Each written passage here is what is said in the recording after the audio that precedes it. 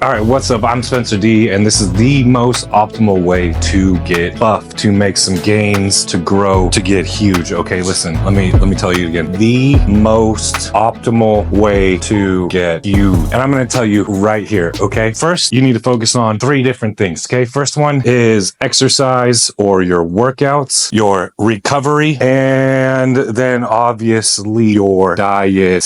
Uno, dos, tres. That is the most optimal way right there to get buff and huge, is to focus on these 3 things. Now, what is workouts, you may say? What is that? Okay. 1, workouts is what intensity you bring, what kind of weights you pick / exercises, and obviously duration. That's cramming everything into one small sentence for workouts. But for workouts, let me explain further. You need to focus on intensity. That means how hard you're actually trying to get. Does that mean you go 100% balls to the wall every workout? No, you have other obligations in life, and I guarantee most of y'all not getting paid to just only work out. Okay, let's back to the story here. Bring in a duration that is enough to stimulate your muscle group and then get out of there, so you can then start focusing on number 2, but we'll get there when we get there. You don't need to stay in the gym 3, 4, 10 hours to get huge, okay? It's all about getting in there, carrying out the plan like you're a Delta Force squad, nabbing that guy and getting out as soon as possible. If you do social media, it might be different. You might linger around, bring your meals to the gym, etc., etc. But for most all y'all out there, go to the gym with purpose, do your workout, and then leave. That should solve your duration there. And back to intensity, what weights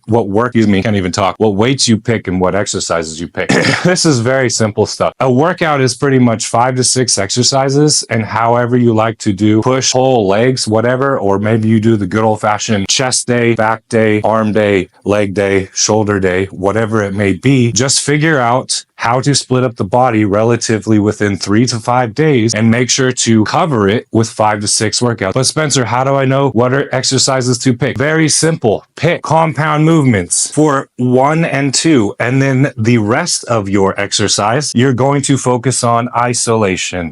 Simple. Start with compounds and then move on to isolating the muscle group that you are trying to grow. Okay, I'm going to stop right there because it's so simple. You may want to consider over the first year learning what exercises work for you and which ones do not. Keep that to yourself or share that information. It's all you. Let me just tell you, it doesn't matter to other people if you talk trash on an exercise that really works well for them. So I urge you to figure out which ones work well for you and stick to those, but also be open-minded enough to try some new things. But back to generalizing your workout, start with compound movements and then move on to isolation to finish off that muscle group. Are we clear on workouts right there? I hope so. You can leave a comment down below if you want me to talk about more there. Let's move on to the next one, which is recovery. I'm going to get a little space here, wipe that out. What is recovery? Recovery is the time spent pretty much subconsciously, involuntarily, whatever. Once you're done with your workout, your body just goes to work on recovery. How do you have control over your recovery when it's your body's automatic response to heal your muscles after they've received stimulus? You can start making choices to recover better by picking a good diet, but we'll get there when we get there, right? So food, obviously, protein. This is literally so overstated, it's not even funny, but also it's so true, it's not even funny. Okay. What else helps with recovery? Foam rolling. Boom. Right there. You ever seen people looking like seals trying to get out of a pool, or otters out on a dock while they have that little round foam thing on their legs or their side or their back? That's called foam rolling. That's called myofascia release. It allows your muscles that are tight from stimulus and weight training to relax back to their natural resting position. It allows muscles to not give you aches and pains because they're pushing out the lactic acid with the foam roller, allowing new blood to get in there, allowing better recovery. So foam rolling or myofascia release for you guys that are on a little bit higher level. You can do these things, at least myofascia release, with other things like a softball. SOFT, LOL. Those work very well because you can roll it and pinpoint areas better on your lat, back, or legs, or even chest if you want to roll there. It's called myofascial release. Another thing you can do to focus on your recovery is good sleep. Very, very, very important. Sleep. Prioritize 7 to 8 hours. If that's not you because you're a busy guy, we need to at least get 6, especially when you are trying to grow muscle. More sleep, the better. It allows allows your body to rest. Obviously, you know this, but it allows your body to recover. It allows you to not really burn any calories. The only downside to sleeping is that past 12 hours, you start going catabolic. You haven't had any food. So that will bring us to our next one, which is diet right here. But let me just reiterate these points to you with recovery and some things you can do. Make sure you have enough protein. Make sure you are doing myofascial release or foam rolling. You can use a softball or other objects. Even barbells can work for myofascial release. And lastly, prioritize your sleep. It's very, very important during your bulk phase. So moving on to diet. Let me clear my board here. How do I pick a good diet? Spencer D, how do I pick a good diet? Easy, guys. Super easy. First, start off with a great breakfast. Okay? Seriously, I can't emphasize this enough, especially if you're going to go train in the morning. At least get something in there to fuel you so you don't run out of glycogen. You just got off 12 hours, maybe 10 hours of not eating. So you're going catabolic, which means that your body starts looking for fuel sources inside its body because it's not being fed fuel, such as food. Okay, moving on. Breakfast here. A good breakfast consists of mostly, okay, generalizing here, eggs and a carbohydrate. Also, often overlooked, water to hydrate yourself. Very important. This is the most simple breakfast you can go. You could probably throw a little bacon in there if it's bulking season. And I'd also like you to think about a banana, okay? Those offer you body some potassium, some extra carbs, and fuel for a workout, especially if you're a morning workout person. But I'm just simplifying here and telling you that literally 3 to 4 eggs, a banana, and a half cup of oatmeal is a super solid breakfast for anybody out there trying to build muscle. I'm filming here. I'm filming. So it's a super solid breakfast for those of you who build muscle, but everybody's different. So this is a good starting place. And also from there, you can figure out where to go. Do I like eggs? Do I like egg whites better? Am I cutting? Am I bulking? That's how you adjust your breakfast and your other meals. If you don't know any of those things, download ChatGPT and say, hey, ChatGPT, my weight is this, my goal is this, and these are some foods I like to eat. Can you help me out with a great diet to learn how to build muscle? You guys have the ultimate tool at your hands at your disposal here, which is ChatGPT. So I'm really trying to generalize to keep you guys going. Meal 2, what should that consist of? Oops, I put that semicolon in the wrong spot. Meal 2, what should that consist of? Obviously, protein and a veggie and a carb source. Meal 2, we're going to go over because it can be repeated here in your diet, and we'll finish up with dinner. And we'll go over how many meals to have. So meal 2, a protein. What are some good protein? Ground beef, extra lean. You can get the whole giant tub or tube at Costco for a very great price. Put some in your freezer, cook some. Chicken is a great protein to add. How much protein do I add? A good place to start is 6 ounces of protein. Right there. Get a scale and measure out 6 ounces. 6 ounces of chicken is roughly 53 grams of protein. That's a lot of protein. Also, 6 ounces is a good starting place for your stomach to start getting used to eating that size of meal. Moving on to a veggie.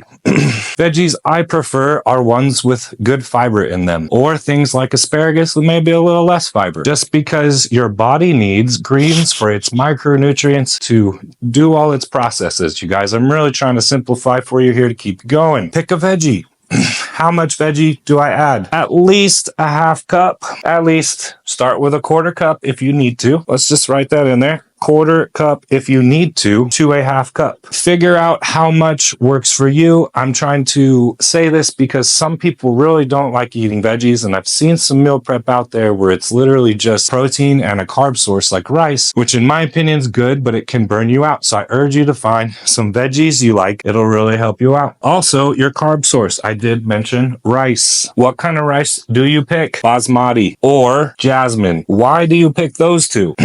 Because they convert to sugar slower in your body. So you store less fat. They're great rices. Are they the end all be all? No, you can have things like sweet potatoes, red potatoes, yellow potatoes. It's just about moderation and keeping the portion size good. And also the fact that a meal like this is not overly processed. You're not eating potato chips. You're eating actual potatoes. So do this for meal 3 through 4. Maybe you can only eat 5 meals. So let's talk about dinner.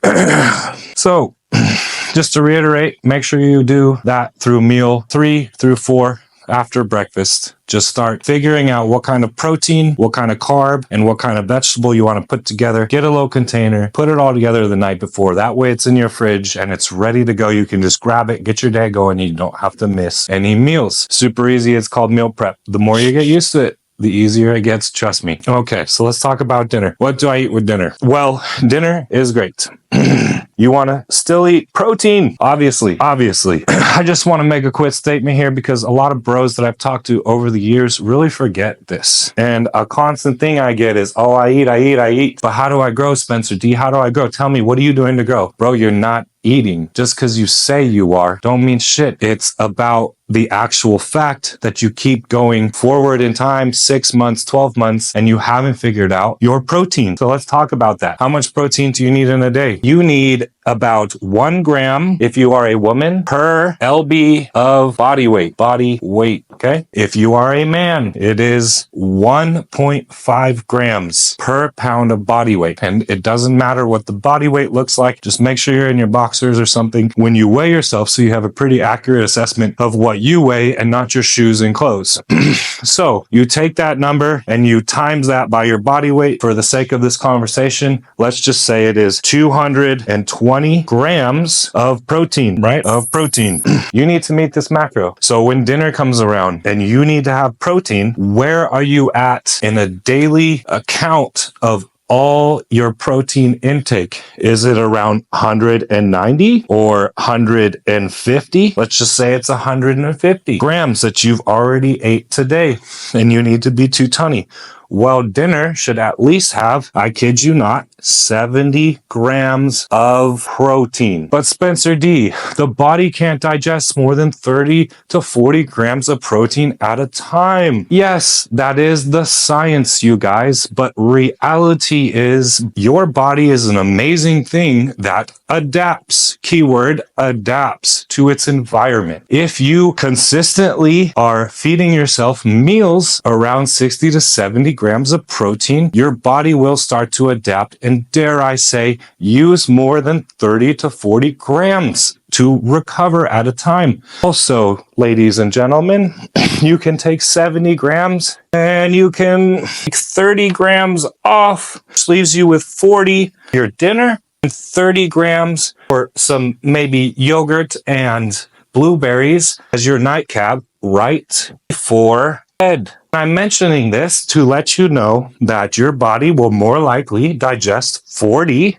grams of protein more efficiently, then be hungry within 1 hour, capable of digesting another 30 grams more efficiently, having all 70 grams one time. This right here is the way you need to think to start building muscle mass. All this right here, I hope you guys paid attention to. I hope there's some information out there that you guys are able to grasp and hold on to, and it will help you in your future. Let me just reiterate, the most optimal scientific way to get buff and huge is to focus on your workouts, your recovery, your diet. You have this thing called life that gets in the way. Have family, you have a loved one, you have a significant other, you're going to school. There's so many things, guys. You're not going to achieve optimal. First, focus on the things that matter, like workouts, recovery, and diet. Try to get about 90, 100%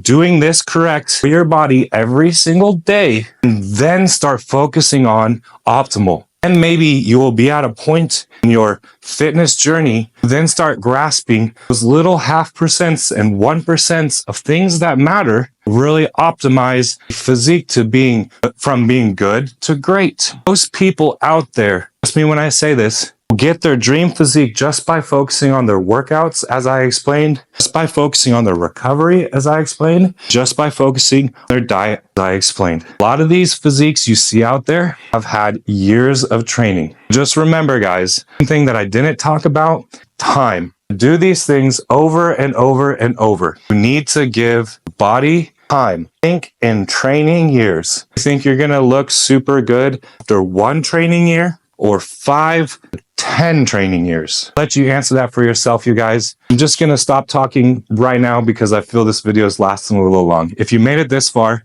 thanks for watching. I really appreciate it. I hope you have subscribed already. Hit the bell for notifications and send me a comment, you guys. I want to talk to you. If you want to send some hate, that's fine. If you want to send some love, even better. All right, I'm out. Spencer D.